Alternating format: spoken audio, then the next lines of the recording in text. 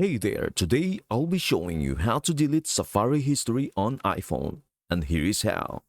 Now that we are going to get started, open Settings and scroll down until you locate Safari. After that, if you wish to remove your search history for a certain website, you must scroll all the way to the bottom.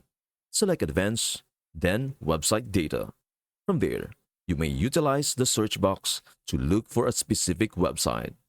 After locating the website, we must navigate to the left and select Add/delete.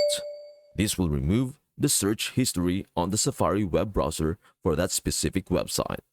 But if you want to remove the complete search history, we can quickly locate the website data and clear history by tapping on it.